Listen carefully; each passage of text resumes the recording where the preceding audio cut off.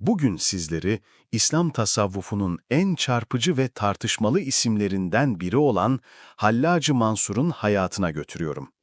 Ebu'l-Muis el-Hüseyin bin Mansur el-Hallac, 858 yılında o dönem İran'ın Fars bölgesinde yer alan Tur'da dünyaya geldi. Rivayetlere göre dedesi Mecusi bir soydan geliyordu.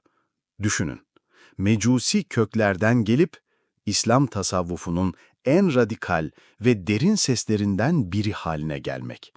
Sizce bu yolculuk nasıl bir dönüşüm ve içsel arayış gerektirir? Henüz 12 yaşında Kur'an'ı baştan sona ezberledi. Daha çocuk yaşta kutsal kitabın sırlarını zihnine nakşetmişti. Ama Hallaç durmadı. Tasavvufun derin sularına daldı. İlginç bir detay, hayatı boyunca yalnızca Arapça konuştu ve yazdı. Peki sizce insanın kimliği doğduğu topraklardan mı yoksa seçtiği dil ve kültürden mi şekillenir? Hallaç, Arap dili ve geleneğiyle düşünsel bir miras oluşturdu.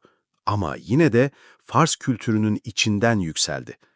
Bu ikilik onun düşünce dünyasında bir gerilimi simgeliyor.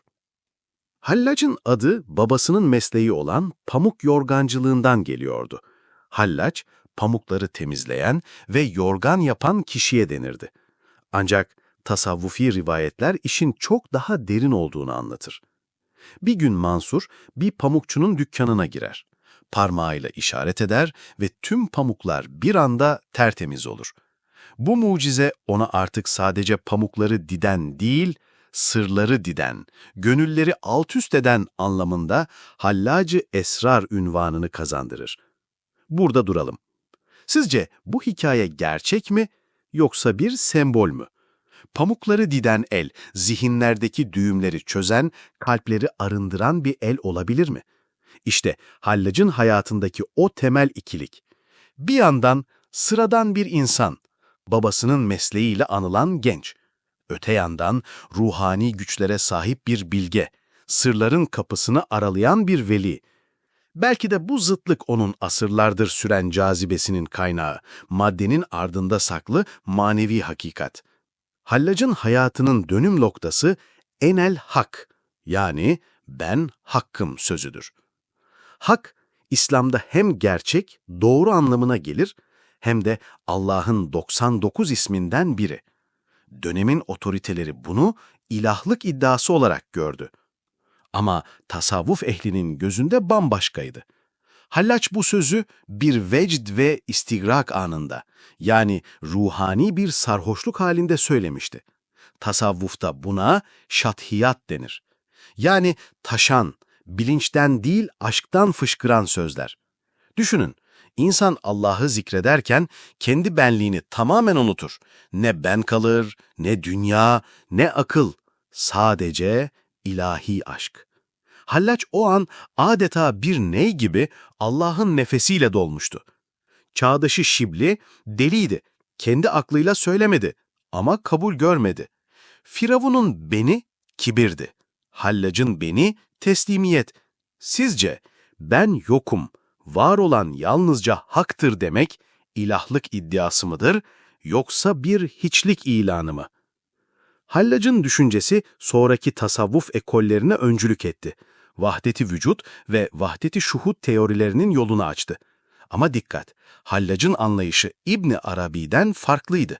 O, Tanrı'yı hem evrene içkin hem de evrenden aşkın gören bir panenteist bakışa sahipti. Tek bir bedende birbirine karışmış iki ruh gibiyiz. Sözü, Tanrı ile insan arasındaki iç içe geçmişliği gösteriyor. Bazıları bunu hulul olarak yorumladı ama Hallaç reddetti. Onun dili, İbni Arabi'nin felsefi ve kurumsal dilinden çok daha şiirsel ve sembolikti. Bu yüzden sözleri kuşların dili olarak anılır. Gizli, mecazi ama anlayan kalplere seslenen bir dil. Sizce Hallac'ın dili daha açık olsaydı sözleri anlaşılır mı olurdu yoksa cazibesini mi kaybederdi? Hallac'ın hikayesi sadece dini tartışma değil, Abbasiler dönemi siyasi ve sosyal gerilimlerin de bir yansımasıdır. Halife el-Muktedir'in emriyle tutuklandı. 11 yıl süren hapishane sürecinden ardından Vezir Hamid bin Abbas'ın baskısıyla mahkemeye çıkarıldı. Suçlamalar, enel hak demek, karmatilere casusluk yapmak, halkı hac farizasından alıkoymak. İlginçtir. Halife Muktedir başlangıçta hallacın edamına karşıydı. Ama siyasi baskılar sonucu karar değişti. Karmati suçlaması hallacı potansiyel bir devrimci figür olarak göstermek için kullanıldı.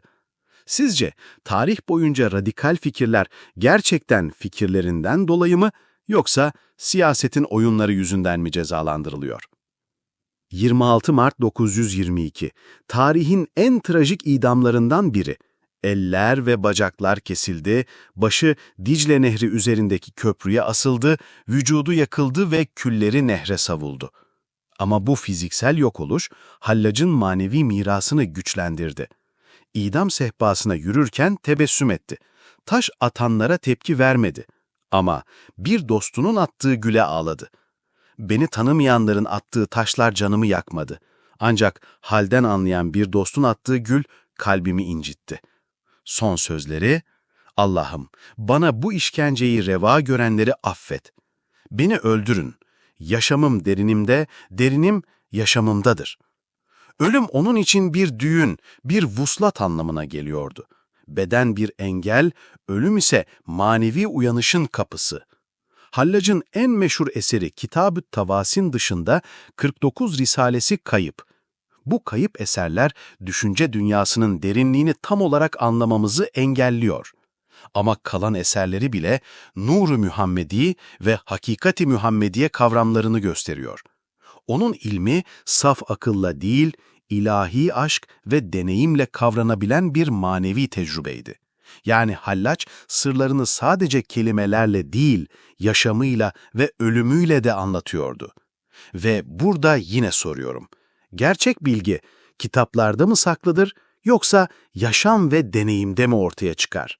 Hallacı Mansur'un hikayesi bir kurbanın trajedisini ve bir kahramanın zaferini aynı anda anlatır. Onun enel hak sözü kibrin değil, mutlak teslimiyetin ilanıdır.